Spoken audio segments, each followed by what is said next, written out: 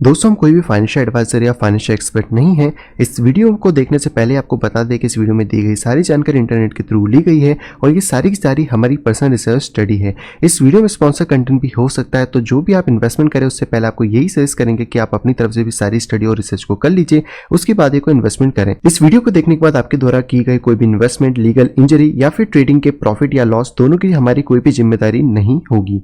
ये वीडियो सिर्फ और सिर्फ एजुकेशन पर्पस और एंटरटेनमेंट पर्पस के लिए बनाया गया है।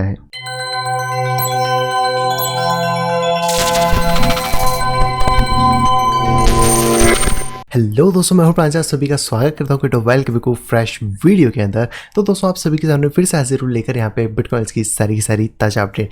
आज भी दोस्तों हम लोग करने वाले हैं टेक्निकल एनालिसिस को, साथ ही यहाँ पे देखेंगे ढेर सारी क्रिप्टो न्यूज़ को जो कि आप लोगों के यहाँ पे काम की हो सकती है। तो वीडियो को शुरू से पूरा जरूर देखेगा। बाकी दोस्तों वीडियो को स्टार्ट करने से पहले आप सबको रिमाइंड कराना चाहूँगा कि दोस्तों अगर अभी तक आपने टेक्निकल एनालिसिस के कोर्स में एनरोल नहीं करा है, आप सीखना चाहते हो कि मार्केट में आपको किस तरह से काम करना है, तो आप इस कोर्स में एनरोल कर सकते हो।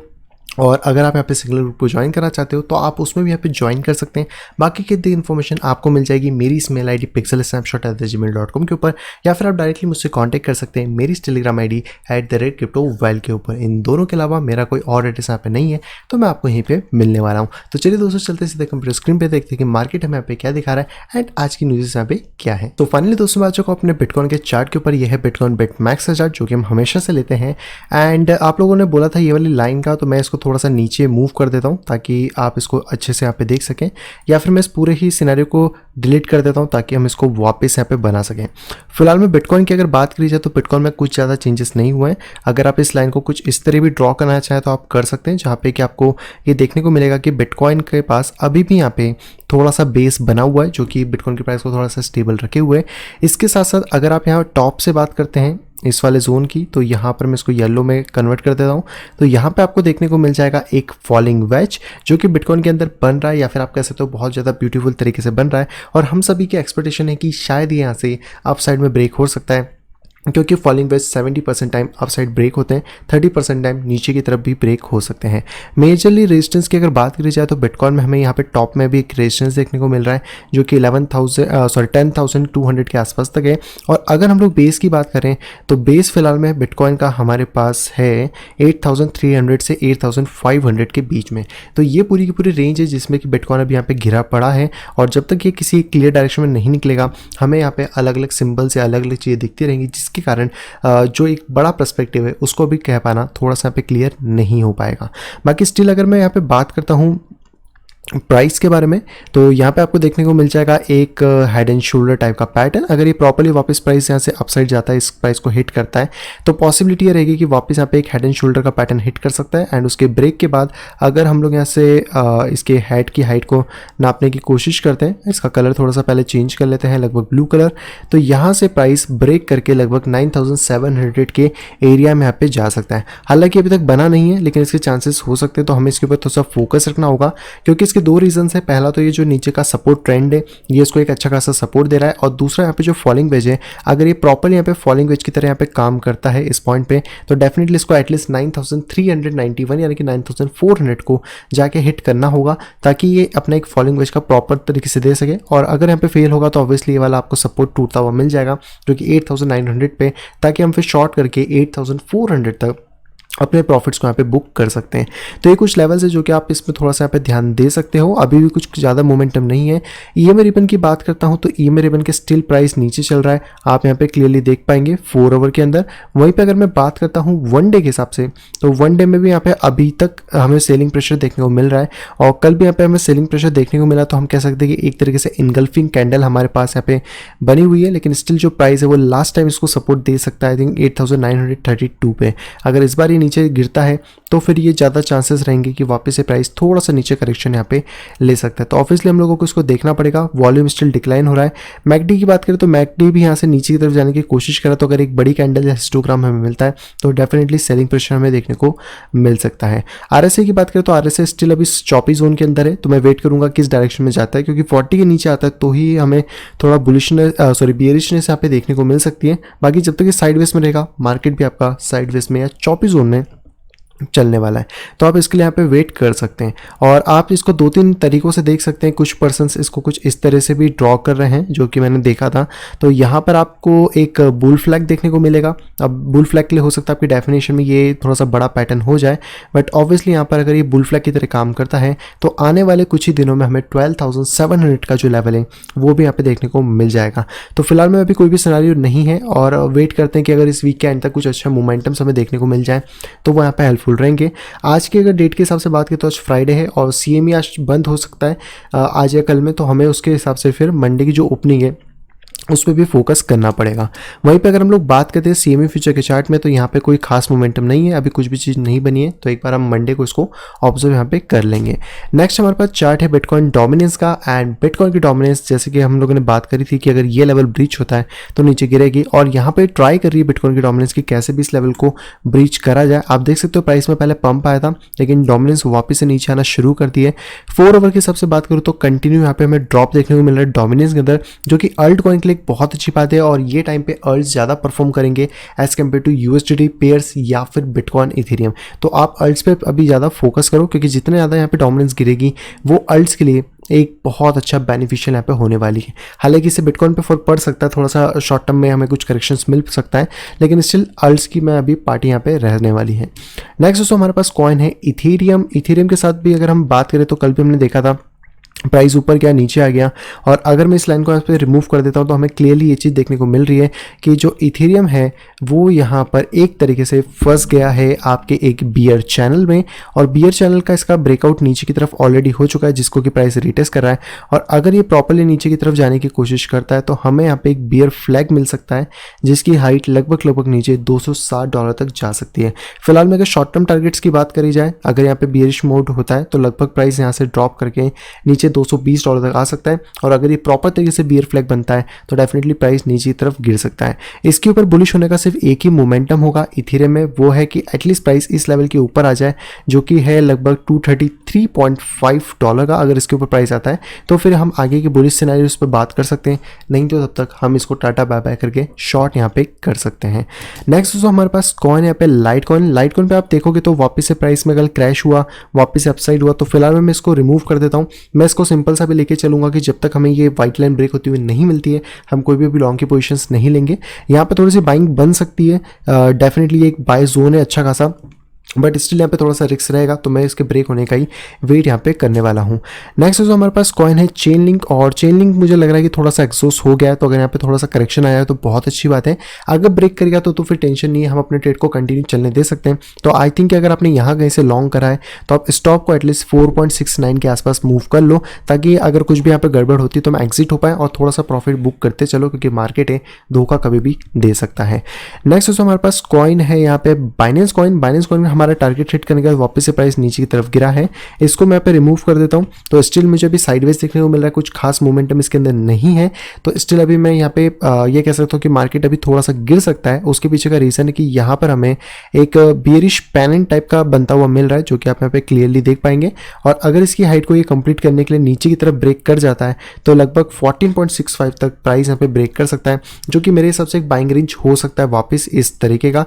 शायद वहाँ पे विक्स मार के प्राइस ऊपर आ जाए, क्योंकि अभी स्टिल ऊपर जाना इसके लिए बहुत ज़्यादा हार्ड हो गया है।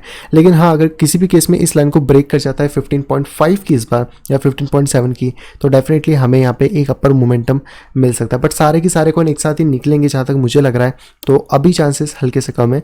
बिटकॉइन के ऊपर फोकस रखना है, अगर बिटकॉइन यहाँ पे पंप करना स्टार्ट करता है तो BNB और बाकी कॉइन्स भी अच्छे खासे मोमेंटम ले लेंगे। नेक्स्ट दोस्तों हमारे पास कॉइन है ऑन्टोलॉजी अपनी इस वाले चैनल में अटका हुआ है, तो फिलहाल में इसमें कुछ नहीं कर सकते। फिलहाल में वेट कर सकते हैं कि 0.54 ब्रेक हो जाता है तो हमें शॉर्ट के ट्रेड्स पे ध्यान देना होगा, क्योंकि इसकी जो मेजर ट्रेंड लाइन है ये ऑलरेडी यहाँ पे ब्रेक हो गई है। पिछली बार ब्रेक होने के बाद प्राइस ऊपर चला गया था, बट इस बार प्राइस नहीं गया है, और अगर प्राइस इसको भी क्रैश करता है तो फिर हम शॉर्ट के ट्रेड्स को ऑन्टोलॉजी में देख सकते हैं वापस इसके बॉटम 0.45 तक, एंड स्टॉप लॉसेस हम इस व्हाइट लाइन के ऊपर देखेंगे जो भी हमें लगाने रहेंगे। नेक्स्ट दोस्तों हमारे पास कॉइन है यहाँ पे XRP के साथ मैंने ये भी कल ही बताया था कि यहाँ पर अभी एक पैटर्न सिमेट्रिकल ट्रायंगल है, हालांकि वो ब्रेक नहीं हो पाया, नीचे की तरफ हुआ है, वापस ऊपर आया है, और ये वाली लाइन को अभी भी यहाँ पे रिस्पेक्ट कर रहा है, तो जो लाइन अभी टूटी नहीं है, तो अभी भी हम स्टिल में नीचे के टारगेट को देख के चलूंगा। जैसे ही XRP 0.18 के ऊपर आ जाता है फिर मैं लॉन्ग के एंट्रीज को थोड़ा सा फाइंड आउट करने की कोशिश यहाँ पे करने वाला हूँ। नेक्स्ट दोस्तों हमारे पास जो कॉइन है वो है दोस्तों नियो चैनल के अंदर भी फंसा हुआ है लाइक बिटकॉइन एक फॉलोइंग रेशियो में बचा है, नियो आपका चैनल में फंसा है। तो देखते हैं कि किस डायरेक्शन में ब्रेकआउट लेता है। जिस भी डायरेक्शन में ब्रेकआउट हो उस डायरेक्शन में हम लोग ट्रेड यहाँ पे करने वाले हैं। नेक्स्ट दोस्तों हमारे पास जो कॉइन है ये है दोस्तों ईओएस में फिलहाल में पंप आ गया है। ये बड़ी सरप्राइजिंग थॉट है, बट हाँ अगर इस लाइन को थोड़ा सा एडजस्ट करा जाए तो प्राइस यहाँ पे रिटेस्ट करके पंप करा है। तो ऑब्वियसली अब अगर प्राइस ने पंप करा तो उसने इस डाउन ट्रेंड को तोड़ा है और यहाँ से प्राइस की पॉसिबिलिटी है कि $2.5 से लेकर 2.63 डॉलर तक यहाँ पे जा सकता है। तो इसके ऊपर आपको थोड़ा फोकस रखना है। वॉल्यूम आया तो मैं कह सकता हूँ कि यस ये जो मूवमेंट है जेन्युइन है। एंड आप देख सकोगे तो मैकडी और आरएसआई भी पॉजिटिव हो गए हैं इसके साथ, यानी कि अगर ये मोमेंटम क्लियरली कट चलता है तो हमें ये लेवल तक हिट होता हुआ प्राइस यूएस में मिल सकता है। नेक्स्ट दोस्तों हमारे पास जो कॉइन है वो है दोस्तों WazirX and WazirX super bullish यहाँ पे गया है। ये वाला जो लेवल मैंने आपको बोला था कि इसके ऊपर हम बाय कर सकते हैं। हालांकि प्राइस थोड़ा ऊपर है, अगर प्राइस इसमें नीचे की तरफ वापस आता है तो 0.13500 के आसपास तो ये एक अच्छा बाइंग जोन होगा, क्योंकि बहुत टाइम बाद जाके इसने अपना फॉलिंग वेज वाला पैटर्न तोड़ा है और ये हमारा एक लास्ट जोन था जहाँ से कि प्राइस ने सपोर्ट लेके पंप करा है। तो स्टिल मैं वेट करूंगा एक बार इस जोन में प्राइस आ जाए या इसके आसपास आ जाए तो हम बाय करके लगभग टारगेट 0.5900 के आसपास यहाँ पे देख सकते हैं। और लास्ट टाइम जैसा फेकआउट यहाँ पे नहीं होना चाहिए। तो ये इसको भी आप थोड़ा ऑब्जर्व कर सकते हो, बस थोड़ा सा डीप में आन देना, एकदम टॉप पे बाय करने के मत दौड़ना, क्योंकि हो सकता है कि आप उसमें फंस जाओ और बाद में आपको स्टॉप बड़ा रखना पड़े या फिर लॉसेस यहाँ पे थोड़े से देखने पड़ जाए। तो हमेशा डीप में बाय करने की कोशिश करा करो, जितना नीचे गिरे वहाँ पे उसको एक्यूमुलेट करेंगे। नेक्स्ट दोस्तों हमारे पास जो कॉइन है वो है दोस्तों तेजोस एंड तेजोस फाइनली नीचे की तरफ ब्रेक हो गया है। तो ऑब्वियसली मैं कह सकता हूँ कि अभी हम शॉर्ट की तरफ जा सकते हैं और जैसे ये लेवल अगर कल मॉर्निंग तक ब्रेक हो जाता है 2.2 का तो हमें यहाँ पे और ज़्यादा सीलिंग देखने को मिल सकती है तेजोस कॉइन के अंदर। अब मैं आप चाहो तो मैं इन सारी चीज़ों को रिमूव कर देता हूँ और रिमूव करने के बाद यहाँ पे सिंपल सा हम इस लाइन को ड्रॉ कर लेते हैं कि जब भी ये लाइन अब ब्रेक होगी आगे का जो मोमेंटम है इसके हिसाब से तय करेंगे। बस यहाँ पे जो बेस की अगर बात करें तो ये हमारे पास एक लास्ट आप कह सकते हो कि बेस है। अगर ये भी ब्रीच हो गया कल तो आराम से प्राइस नीचे हमें $2 के आसपास तक देखने को मिल सकता है for a short term price. Next दोस्तों जो हमारे पास कॉइन है और जो लास्ट कॉइन है वो है दोस्तों बिटकॉइन कैश के अंदर भी पावर यहाँ पे थोड़ी सी देखने को मिल रही है, बट स्टिल अभी तक प्राइस ऊपर नहीं आया है। इसमें भी आपको हॉचपॉच दिख रहा होगा, मैं इसको भी रिमूव कर देता हूँ एंड रिमूव करने का सिंपल सा अभी यहाँ पर मैं एक सपोर्ट लेवल बना रहा हूँ जिसके ऊपर प्राइस अभी ट्रेंड हो रहा है एंड स्टिल यहाँ पे जो आपका जो कह सकते हैं जो ट्रेंडी स्लॉप है उसके ऊपर प्राइस भी ब्रेक नहीं करा है। तो या तो इसके ऊपर ब्रेक कर जाए, हालांकि यहाँ से बाय करने में कोई बुराई नहीं है। स्टॉप हमारा $215 के आसपास रहेगा, 220 या 222 पे बाय भी करते हैं तो, लेकिन फिर भी थोड़ा सा रिस्की हो जाएगा और अगर थोड़ा भी कॉशियसली लगाएं तो 212 के आसपास हम देख सकते हैं। बट इसके बाद ब्रेकआउट करने के बाद हमें फ़ायदा ये मिलेगा कि हम एकदम श्योर हो जाएंगे कि मार्केट अब अप ट्रेंड में, तो हम अप ट्रेंड के हिसाब से सोच सकते हैं। लेकिन स्टिल अभी भी ये मार्केट अप ट्रेंड में नहीं है तो थोड़ा सा पे कॉशियसली जा सकते हैं। रिस्क लेना हो तो ही जाना, अगर रिस्क नहीं लेना है तो वेट करो इस ट्रेंड के ब्रेक होने का जो कि लगभग $230 के आसपास है। तो ये चीज़ हो उसके बाद ही हम फिर इसके आगे की तरफ यहाँ पे डिसीजन लेने वाले। तो सारे के सारे कॉइन्स हो चुके हैं, अब चलते सीधे अपनी न्यूज़ पे। सबसे पहले दोस्तों यहाँ पे जो न्यूज़ आ रही है दोस्तों वो आ रही है एक एसेट मैनेजमेंट कंपनी की तरफ से जो कि अमेरिका की है और इन्होंने यहाँ पे टोटल $5.3 बिलियन का इन्वेस्टमेंट करा है Antminer S19 और S19 Pro मॉडल के ऊपर। तो आप ये समझ सकते हो कि अब जो बिटकॉइन है उसको नए माइनर्स मिलने वाले और आई थिंक यहाँ पे जो बिटकॉइन है उसने शिपिंग चालू कर दी है यहाँ पे मॉडल्स की। और अगर ये चीज़ें इसके अंदर इन्वेस्ट करा गया है तो यहाँ पे हमें बहुत ही जल्द हैश रेट में और ज़्यादा इंक्रीमेंट देखने को मिल सकता है और इससे बिटकॉइन की डिफिकल्टी भी बढ़ सकती है। तो आपको ये सारी चीज़ें देखनी होगी, लेकिन इससे सिक्योरिटी भी बिटकॉइन की बढ़ जाएगी जो कि मेरे हिसाब से एक अच्छी बात है। और जैसे जैसे नए मॉडल सबके पास रोल आउट होना चालू होंगे, ये तो सिर्फ एक कंपनी है, बाकी कंपनीज भी अडॉप्ट करेंगी तो बिटकॉइन का हैश रेट बढ़ेगा, बिटकॉइन की सिक्योरिटी बढ़ेगी और नेटवर्क पे जो लोड है वो भी यहाँ पे थोड़ा सा कम हो जाएगा। अगली दोस्तों पे खबर आ रही है हुबोई की तरफ से और हुबोई ने दोस्तों यहाँ पे जो मेजर एक्सचेंज है, जो क्रिप्टो करेंसी एक्सचेंज है, उसने यहाँ पे चेन लिंक की नोड को रन करने वाला है। यस, यहाँ पे सबसे पहले 2019 अक्टूबर में जो बाइनेंस था उसने अपने डेटा को शिफ्ट करा था ओरेकल जो चेन लिंक का था, जहाँ पे कि वो अपने जो मेजर एक्सचेंज का डेटा है उसको वहीं से प्रोवाइड कराते थे। हुबोई ने भी ये चीज़ अभी यहाँ पे कर ली है, लेकिन वो एक स्टेप और आगे बढ़ गए हैं जहाँ पे कि वो लोग खुद की नोड भी यहाँ पे रन करने वाले हैं हुबोई वॉलेट के थ्रू, आप समझ सकते हैं चेन लिंक के ऊपर।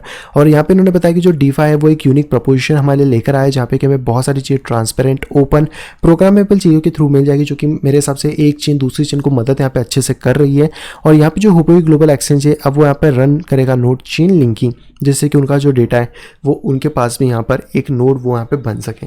तो इससे मैं आपको कहूँगा कि चेन लिंक पे थोड़ा नज़र रखो, क्योंकि चेन लिंक की पार्टनरशिप बहुत ज़्यादा है और मुझे लग रहा है, मतलब ये से मेरा ओपिनियन है कि आई थिंक चेन लिंक आने वाले टाइम में जब भी बुल रन आता है बहुत शानदार परफॉर्मेंस दे सकता है। अभी से तो उसका प्राइस का अनुमान लगाना थोड़ा सा मुश्किल है, लेकिन जो फंडामेंटल्स इसके साथ चल रहे हैं, जैसी पार्टनरशिप्स हो रही हैं, जैसे इसका काम हो रहा है, तो हम इसको एफए की तरह अगर कॉइन को थोड़ा सा देखें तो आई थिंक ये बहुत ज़्यादा सॉलिड हो सकता है। और चार्ट्स पे तो मैं ऑलरेडी आपको बताता ही हूँ कि कितना ज़्यादा जो लिंक कॉइन है वो अभी भी बुलिश है। तो मेरे हिसाब से ये कॉइन अभी भी अंडर वैल्यू है, लेकिन कभी भी किसी भी कॉइन में उतना ज़्यादा इन्वेस्ट ना करें जितना आप लूज़ करना अफोर्ड ना कर सके। तो रिसर्च करने के बाद ही चीज़ों के अंदर जाएं। अगली दोस्तों पे खबर आ रही है बिटकॉइन की तरफ से। बिटकॉइन की तरफ से खबर आ रही है, तो यहाँ पे दोस्तों 90 डे का जो एक्टिव सप्लाई सोलर है, यानी कि जो प्री 2017 बुल मार्केट था, वो बिटकॉइन के अंदर यहाँ पे बकाया है, ऐसा इस रिपोर्ट के अंदर यहाँ पे बताया जा रहा है। तो ये जो रिपोर्ट है इन्होंने ऑन चेन का एनालिसिस करा, जहाँ पे कि इन्होंने बताया कि यहाँ पे ड्यू है बुलिश फेस, जो कि बिटकॉइन का मोमेंटम का एक सप्लाई मोमेंटम यहाँ पे बनता है। तो लास्ट टाइम 2017 और 2019 के अंदर ये मोमेंटम आया था, और अब यहाँ पे 90 डे परसेंटेज के आसपास से कुछ एक्टिव सप्लाई जिसमें कि ग्रीन जोन के अंदर आता है। सिंपल सी भाषा में बोलूँ तो आप ये इमेज देख लो, मेरे पीछे है। इसमें सबसे पहले ये जो आपको जोन है रेड कलर का ये दिखेगा, फिर आपको ये यहाँ पे एक ग्रीन कलर का जोन दिखेगा। ये ग्रीन जोन बेसिकली एक बुल मार्केट को इंडिकेट करता है। ये यहाँ पे आपको 2018 का बियर मार्केट का बॉटम मिला, इसके बाद वापस से 2019 के अंदर हमें एक बुल मार्केट मिला जिसमें 14,000 तक प्राइस ने टच करा। वैसे यहाँ पे आप देखोगे तो अभी ये रेड वाला जोन इस तरफ आया था और यहाँ पर अभी एक ग्रीन जोन आया है। इसका मतलब कि बिटकॉइन का जो बुल मार्केट है वो कहीं ना कहीं पेंडिंग है और इस जोन के बीच में उसको आना चाहिए, और उसके बाद फिर एक करेक्शन आएगा, फिर एक फाइनल जो बुल मार्केट का फेज़ है वहाँ पे आ सकता है। और ये चीज़ इस तरीके से चलती रहती है जो कि शायद 90 डेज़ के एवरेज में यहाँ पे चलती है। तो आपको इस चीज़ को थोड़ा सा देखना पड़ेगा, और यहाँ पे पता चला कि अगर ये चीज़ प्रॉपर्ली काम करती है और यहाँ पर हमें बुलिश फेज देखने को मिलता है, तो बिटकॉइन मंथ के एंड तक या फिर थोड़ा सा अगर और मान लें तो $12,000 तक यहाँ पे पार कर सकता है। तो इसके ऊपर आपको थोड़ी सी नज़र यहाँ पे रखनी चाहिए। अगली दूसरा पे खबर आ रही है आरवीएन कॉइन की तरफ से। आरवीएन कॉइन अगर आपके पास है तो ये खबर इंपॉर्टेंट हो सकती है, क्योंकि यहाँ पे कुछ वल्नरेबिलिटी पाई गई है आरवीएन के क्रिएटर एक्स्ट्रा में, जिससे कि उसकी 1.5% मैक्सिमम सप्लाई को हैक करा जा सकता है, यानी कि डबल स्पेंड करा जा सकता है।